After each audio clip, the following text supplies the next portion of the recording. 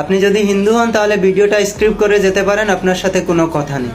আর আপনি যদি মুসলমান হন তাহলে ভিডিওটা শেয়ার করে দেবেন, আর যদি শেয়ার করতে না পারেন তাহলে হাতে চুরি পরে বসে থাকেন, কেননা আপনার ভিতর থেকে আপনার ইমানি চেতনাটাই মারা গেছে।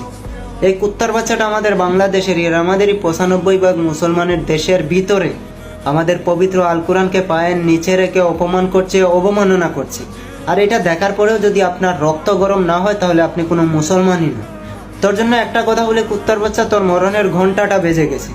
এই কথাটা মাথায় রাখিস, আমরা মুসলমান, আমাদেরকে যদি কেউ চুরি দিয়েও মারে আমরা সেটা মাফ করে দিই, কিন্তু আমাদের কোরআন, আমাদের নবী, আমাদের আল্লাহকে নিয়ে কেউ যদি কটূক্তি করে, ওর বেঁচে থাকার অধিকারটাই আমরা কেড়ে নিই। তুইও বেশি দিন বাঁচতে পারবি না, কথাটা মাথায় রাখিস। তোকে রাস্তার মাঝে এনে কেটে কেটে কুত্তা দিয়ে খাওয়াবো।